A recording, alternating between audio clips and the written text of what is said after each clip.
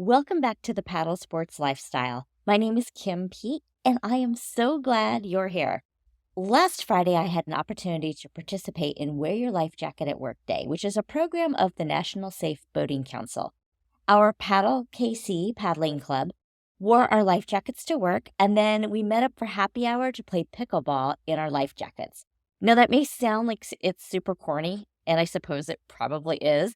But I think it was an important event to raise awareness for safe boating practices, especially as we are about here to head into Memorial Day weekend, which is the start of summer and boating season in the US. We had a great time at pickleball. It was my first time playing, and I totally sucked.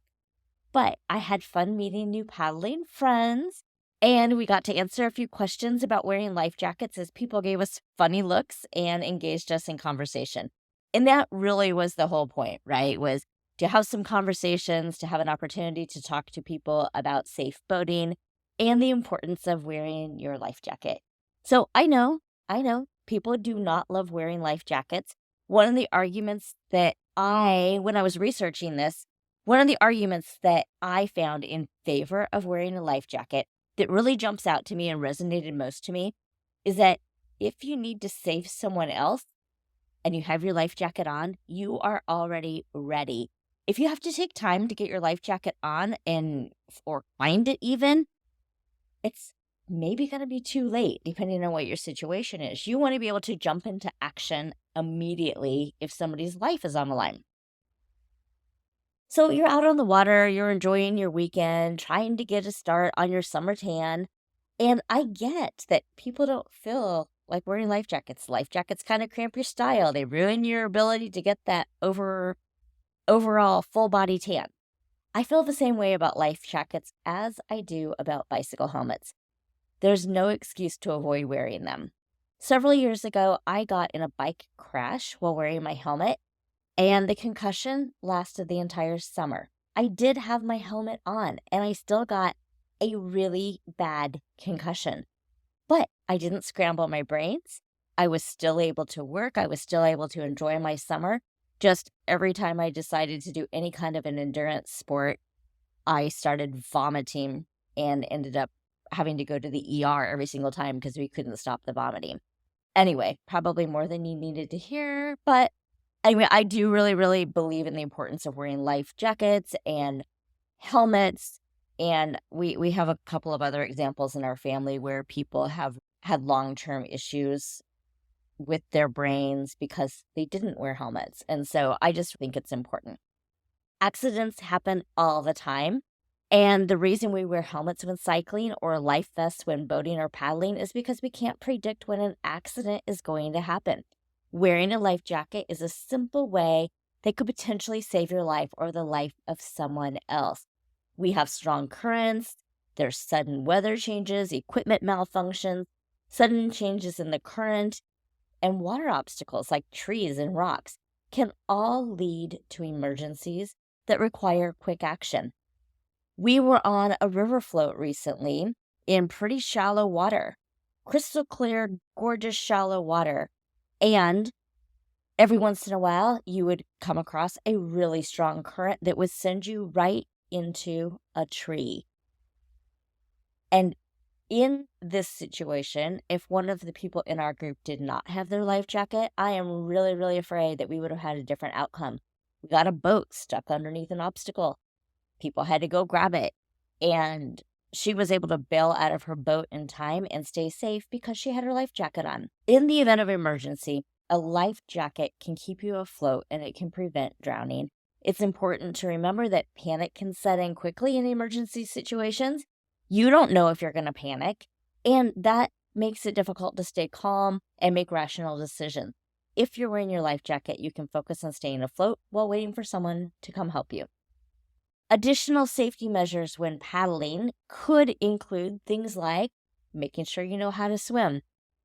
I know, shocking, but I have actually been on cruises and on sailboats and snorkeling trips on vacations with people who did not know how to swim.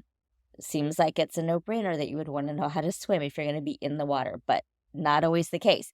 So knowing how to swim, going with a partner, never going alone, practicing self-rescue and team rescues, never leaving your partner alone on the water.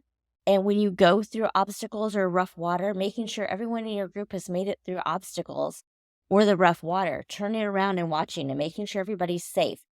Also, again, this is another one I think should go without saying, making sure you're not drinking alcohol while paddling and not paddling while under the influence of drugs or alcohol. And especially if you're the driver of a motorboat, again, please don't drink and drive. You need to have quick reflexes if you want to protect the people that are trusting you with their safety.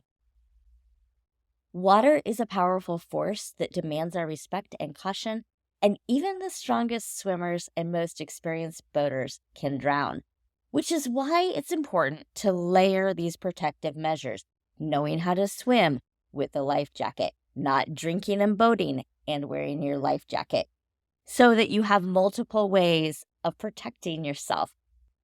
All of the things that I mentioned, make sure you're wearing your life jacket, your personal flotation device, so that you stay safe.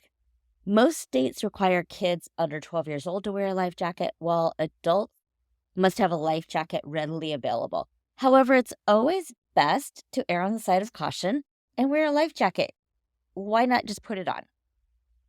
Whether fishing, kayaking, or participating in water sports, there's a life jacket that will fit your needs. If you don't like the one you have, if it's uncomfortable, look for a new one. I started kayaking with one that was rubbing on the back of my seat and I was getting hives from it. So I switched and it's much more comfortable now. Just know that if the first one doesn't fit, try on more. You can order them on Amazon. Try it on. If you don't like it, send it back. That's a thing that you can do. They make it super easy to return these days. Just remember that accidents can happen at any time, and by taking precautions and preparing for emergencies, you can enjoy your time on the water safely. I also have a few facts from the U.S. Coast Guard that I thought were really interesting, so I'm going to share those really quick before I close. Did you know that drowning was the reported cause of death in 75% of all boating fatalities? Drowning. And of those, 85% were reported as not wearing their life jackets. 2/3 of drowning victims are good swimmers. So a lot of the reasons that people give for not wearing the life jackets that it's on board, thinking that it's acceptable just to have it where you can grab it. And then, especially if you're on a motorboat, half the time the people on the boat can't even find them because they're underneath seats that people are sitting on when they're drunk. Anyway, whole side story.